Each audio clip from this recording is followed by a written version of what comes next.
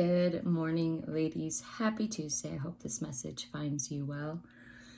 A little rough night, however, still got up, still did a workout, still got dressed.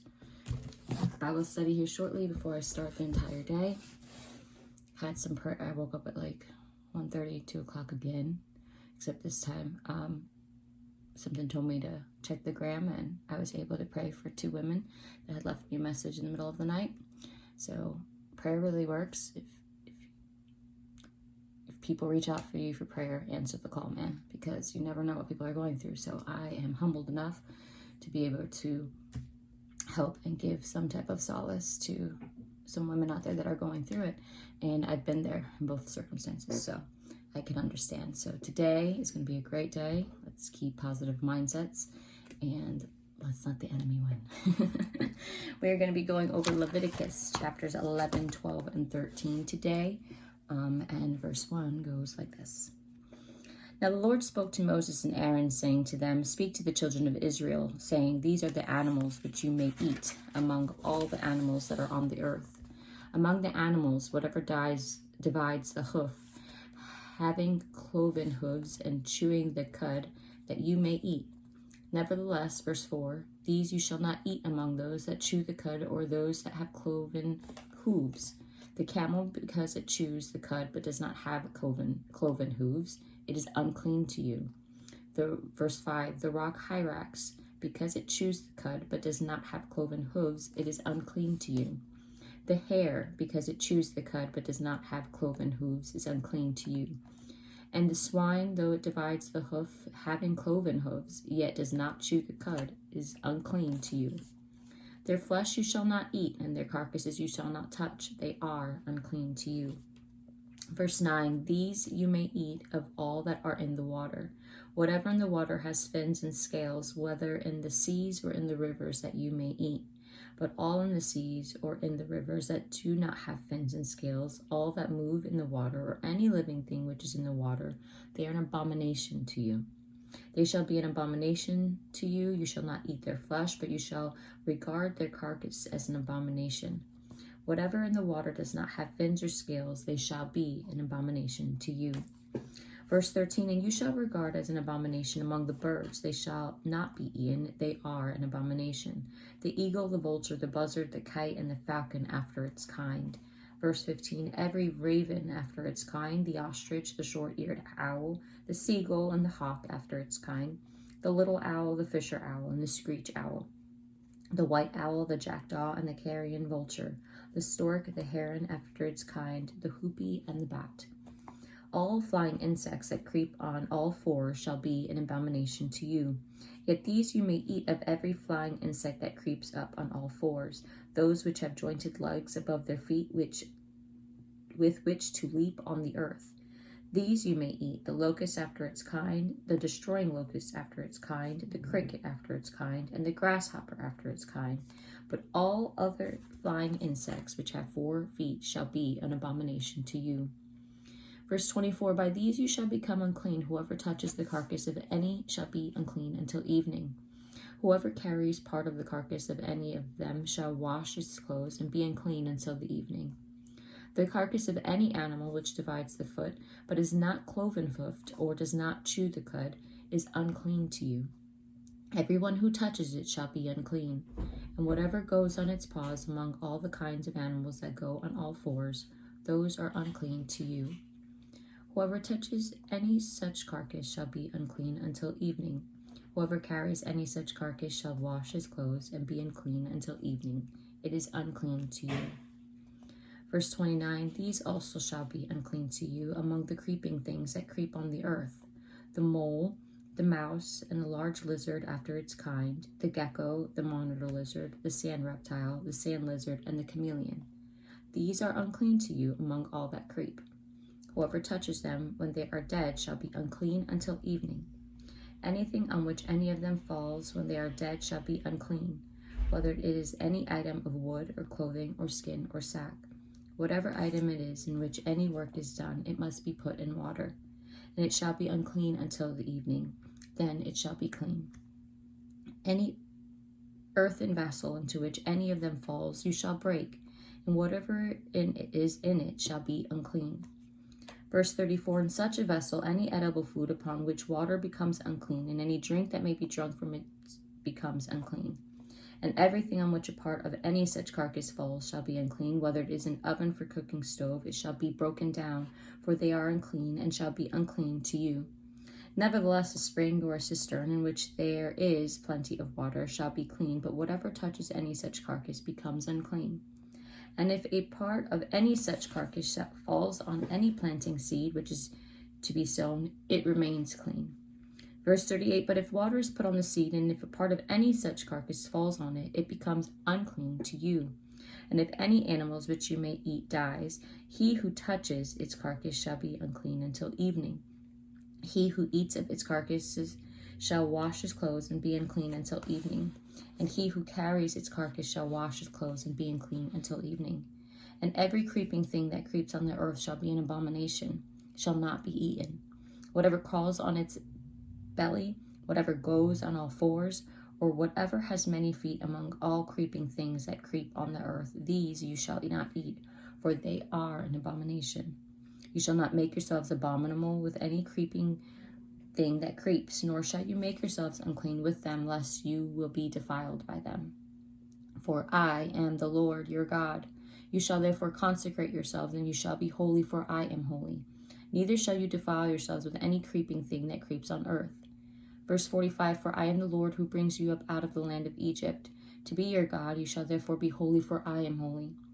This is the law of the animals and the birds and every living creature that moves in the waters and every creature that creeps on earth, to distinguish between the unclean and the clean, and between the animal that may be eaten and the animal that may not be eaten.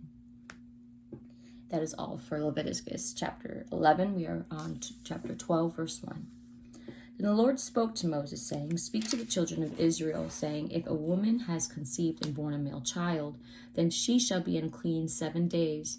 As in the days of her customary impurity she shall be unclean. And on the 8th day of the flesh of his foreskin shall be circumcised. She shall then continue in the blood of her purification 33 days. She shall not touch any hallowed thing, nor come into the sanctuary until the days of her purification are fulfilled.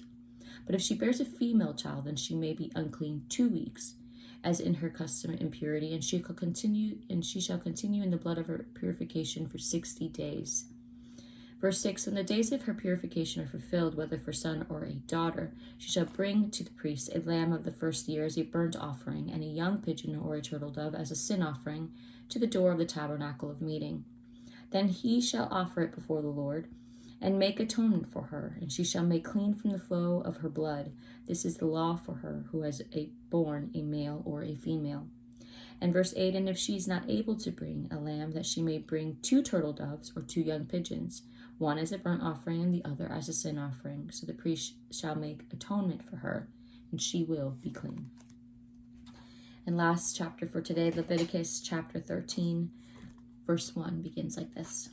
And the Lord spoke to Moses and Aaron, saying, when a man has on the skin of his body a swelling, a scab, or a bright spot, and it becomes on the skin of his body like a leprous sore, then he shall be brought to Aaron the priest, or to one of his sons the priests. The priest shall examine the sore on the skin of the body, and if the hair on the sore has turned white, and the sore appears to be deeper than the skin of his body, it is a leprous sore. Then the priest shall examine, and pronounce him unclean. Verse 4, but if the bright spot is white on the skin of his body, and it does not appear to be deeper than the skin, and his hair has not turned white, then the priest shall isolate the one who has a sore for 7 days. And the priest shall examine him on the 7th day, and if the sore appears to be as it was, and the sore has not spread on the skin, the priest shall isolate him another 7 days. Then the priest shall examine him again on the 7th day, and if the sore has faded, and the sore has not spread on the skin, then the priest shall pronounce him clean. It is only a scab, and he shall wash his clothes and be clean. Verse 7, but if the scab should at all spread over the skin, and after he has been seen by the priest for his cleansing, he shall be seen by the priest again. And if the priest sees that the scab has indeed spread on the skin, then the priest shall pronounce him unclean. It is leprosy. Verse 9, when the leprous sore is on a person, that he shall be brought to the priest. And the priest shall examine him, and indeed if the swelling on the skin is white, and it has turned the hair white, and there is a spot of raw flesh in its swelling, it is an old leprosy on the skin of his body. The priest shall pronounce him unclean, and shall not isolate him, for he is unclean. Verse 12, and if the leprosy breaks out all over the skin, and the leprosy covers all the skin of the one who has the sore, from his head to his foot, wherever the priest looks, then the priest shall consider, and indeed if the leprosy has covered all of his body, he shall pronounce him clean who has the sore. It has all turned white. He is clean. Verse 14, but when raw flesh appears on him, he shall be unclean. And the priest shall examine the raw flesh and pronounce him to be unclean, for the raw flesh is unclean. It is leprosy. Or if the raw flesh changes and turns white again, he shall come to the priest. And the priest shall examine him, and if indeed the sore has turned white, then the priest shall pronounce him clean who has the sore. He is clean. Verse 18, if the body develops a boil in the skin, and it is healed, and in the place of the boil where comes a white swelling or a bright spot, reddish white, then it shall be shown to the priest. And if the priest sees it, and indeed appears deeper than the skin, and its hair has turned white, the priest shall pronounce him unclean. It is a leprous sore which has broken out of the boil. But if the priest examines it, and indeed there are no white hairs in it, and it is not deeper than the skin, but has faded, then the priest shall isolate him 7 days. And if it should, verse 22, at all spread over the skin, then the priest shall pronounce him unclean. It is a leprous sore. But if the bright spot stays in one place and has not spread, it is a scar of the boil, and the priest shall pronounce him clean. Verse 24, if the body receives a burn on its skin by the fire, and the raw flesh of the burn becomes a bright spot, reddish white or white, then the priest shall examine it, and indeed if the hair of the bright spot is turned white, and it appears deeper than the skin, it is leprosy broken out in the burn. Therefore the priest shall pronounce him unclean. It is a leprous sore. But if the priest examines it, and indeed there are no white hairs in the bright spot, and it is not deeper than the skin, but has faded, then the priest shall isolate him 7 days. And the priest shall examine him on the 7th day. If it has at all spread over the skin, then the priest shall pronounce him unclean. It is a leprous sore. Verse 28, but if the bright spot stays in one place and has not spread on the skin, but has faded, it was swelling from the burn, the priest shall pronounce him clean, for it is a scar from the burn. If a man or a woman has a sore on the head or the beard, then the priest shall examine the sore, and indeed if it appears deeper than the skin, and there is in it thin yellow hair, then the priest shall pronounce him unclean. It is a scaly leprosy of the head or beard, but if the priest examines the scaly sore, and it indeed does not appear deeper than the skin, and there is no black hair in it, then the priest shall isolate the one who has the scale 7 days. Verse 32, and on the 7th day the priest shall examine the sore, and indeed if the scale has not spread, and there is no yellow hair in it, and the scale does not appear deeper than the skin, he shall shave himself, but the scale he shall not shave. And the priest shall isolate the one who has the scale another 7 days. On the 7th day the priest shall examine the scale, and indeed if the scale has not spread over the skin, and does not appear deeper than the skin, then the priest shall pronounce him clean. He shall wash his clothes and be clean. Verse 35, but if the scale should at all spread over the skin after his cleansing, then the priest shall examine him, and indeed if the scale has spread over the skin, the priest need not seek for yellow hair. He is unclean. But if the scale appears to be at the standstill, and there is black hair grown up in it, the scale has healed. He is clean, and the priest shall pronounce him clean. Verse 38, if a man or a woman has bright spots on the skin of the body, specifically bright spots, then the priest shall look, and indeed if the bright spots on the skin of the body are dull white, it is a white spot that grows on the skin. He is clean.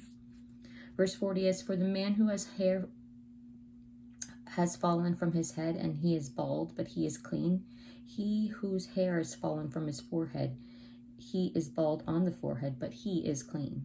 And if there is on the bald head or a bald forehead a reddish white sore, it is leprosy breaking out on his bald head or his bald forehead.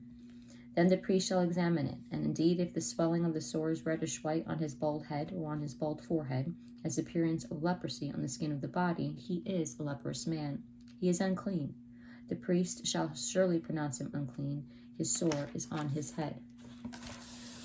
Verse 45, now the leper of whom the sore is, his clothes shall be torn and his head bare, and he shall cover his mustache and cry, unclean, unclean. He shall be unclean. All the days he has the sore, he shall be unclean. He is unclean, and he shall dwell alone, and his dwelling shall be outside the camp.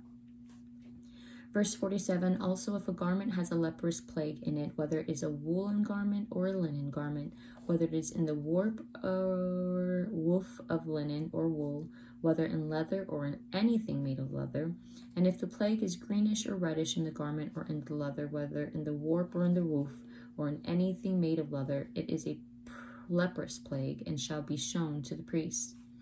Verse 50, the priest shall examine the plague and isolate that which has the plague 7 days. And he shall examine the plague on the 7th day. If the plague has spread in the garment, either in the warp or in the woof, in the leather or in anything made of leather, the plague is an act of leprosy. It is unclean. Verse 52, he shall therefore burn that garment in which is the plague, whether warp or woof, in wool or in linen or in anything of leather, for it is an act of leprosy.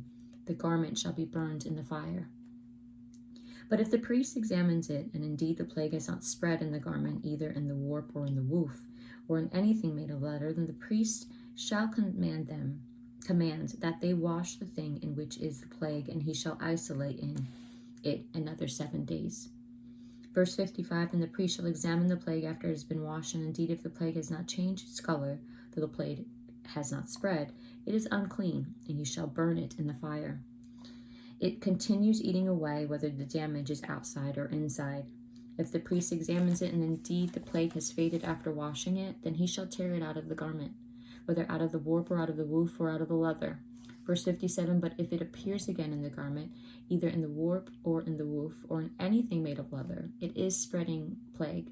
You shall burn with fire that in with which, getting tongue-tied, made of leather, it is a spreading plague. You shall burn with fire that in which is the plague.